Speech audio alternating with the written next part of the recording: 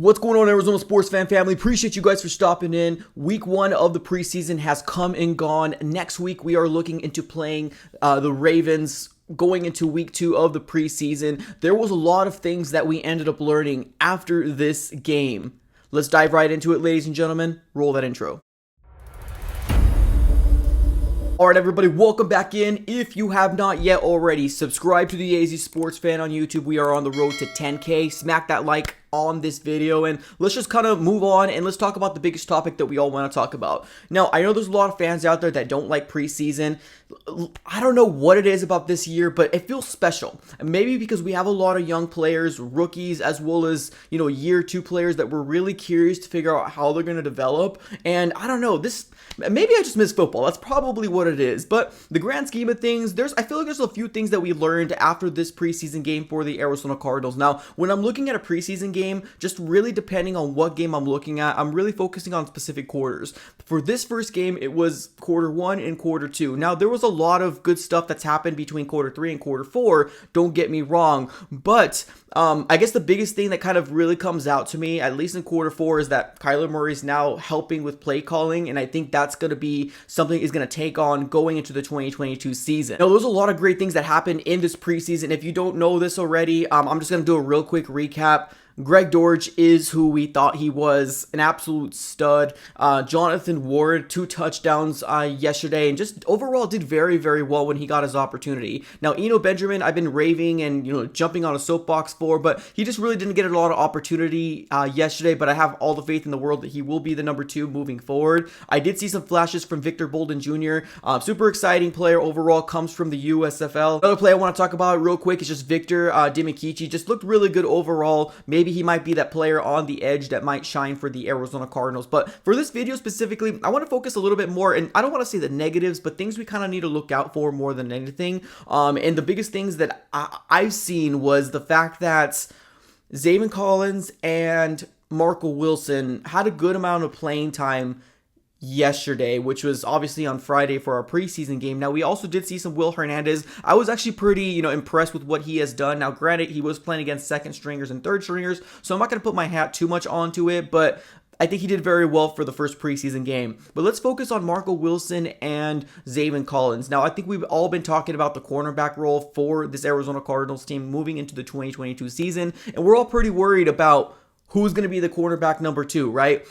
Marco Wilson seemed to have struggled yesterday. Now, he did struggle in the second part of the 2021 season as well, and moving into this season, granted it was only one game and it was a preseason game, there was a bad PI call that he ended up getting called on him. Now, originally it was on a different player, but if you really look at the replay, it was supposed to be on Marco Wilson, where he literally just dragged the guy down, pulling him down, and prevented him from making the catch. Now, Marco Wilson, a lot of high upside, a lot of potential, right? Coming out of college from Florida State, it really looked very good. Now, he's got the ability to be a very good cornerback, but as of right now, it hasn't been put on the tape specifically. A lot of quarterbacks are testing him. They know he's a player going into his second year, and he's going to be tested highly much in this 2022 season, coming in the regular season. Now, I feel like the Arizona Cardinals and the front office need to really over prepare to really figure out, okay, these are what our cornerbacks are looking like right now.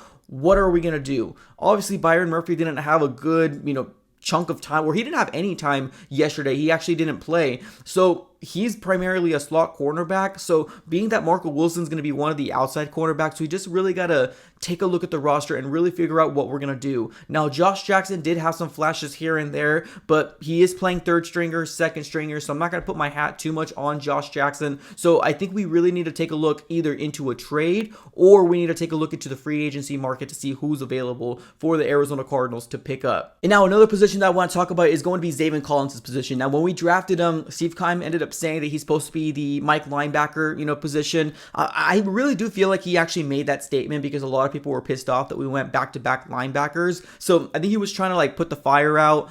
He automatically, put his foot in his mouth, and he said that he's going to win that position and he's going to be the starter as a Mike linebacker. Obviously, we know the 2021 season that didn't happen. It was Jordan Hicks. Now he's got an opportunity to kind of really come out here and show what his talent is and see what we can do. But the thing is, yesterday he wasn't the Mike linebacker. He was just the linebacker in the middle on the weak side. So, I'm curious to figure out his development. Now, I heard some things here and there during training camp that I'm not sure if that's going to be the route that they're going to take with Zaven Collins. It might just be way too much at this very moment, being that he's going into his second year. But a little concerning, right? It's a little concerning. I know there's some fans out there that automatically want to start, looking for a different player in the linebacker position. For me specifically, I think it's a little bit more SOS for the cornerback role, but we have a couple more weeks to kind of play with to see what happens with Zaven. Now, if Steve Keim wants to kind of humor the opportunity to go out there and maybe look to see what Roquan Smith is going to,